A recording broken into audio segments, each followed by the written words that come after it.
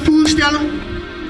As ek hier om 'n boodskap van hoop te gee, ek is hier om vir elke broer, elke suster, elke mami, elke daddy, elke jong dogter, elke jong man te sê dat die Here nog steeds red, dat die Here nog steeds verlos en dat die Here nog steeds genees. Maar sommige kere bevind ons onsself in probleme. Sommige kere bevind ons onsself soos Daniel in 'n leeukuil. Sommige kere bevind ons onsself in dwelmmisbruik. Sommige kere bevind ons onsself in hoerderry. Sommige kere bevind ons onsself in alkoholmisbruik. Sommige kere bevind ons onsself in armoede, maar sommige kere bevind ons onsself in 'n situasie wat ons nie weet nie, maar net soos die Here van Daniel uit die leeukuil uit gehaal het, kom hy vandag hier op hierdie plek om vir iemand te sê dat die Here kan nie red uit die situasie uit, net soos die Here van Daniel uit sy leeukuil uit gered het, kan die Here jou red uit jou depressie uit, kan die Here jou red uit jou hoerdery uit, kan die Here jou red uit jou alkoholmisbruik uit, kan die Here jou red uit gangsterisme uit, saam is manne van die Here kan jou red, die Here kan jou genees en die Here kan jou verlos.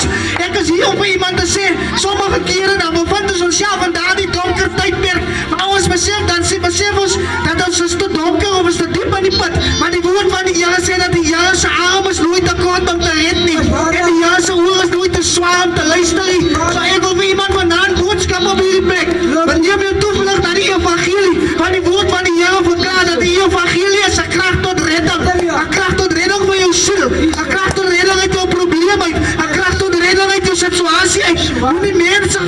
gaan raadpleeg nie, moenie vriende gaan raadpleeg nie, raadpleeg die Here, die woord van die Here verklaar, roep my aan in jou tyd van benoudheid, ek sal jou uitjaag, maar jy moet my hier, so ek is hier vandaan om vir iemand te sê, dat die Here red, en as die Here gered het, dan praat hy nie af van soos iemand nie, as die Here genees het, dan praat hy nie af van soos jou vriend of een dokter nie, as die redder Here jou uitgehaal het, dan praat hy nie af van nie, dan polisie jou af, en dan lyk jy soos hierdie jong manne, daar die apostel gesê het, die Here het hom 'n huis gegee, die Here het hom 'n krag gegee, die Here voorsien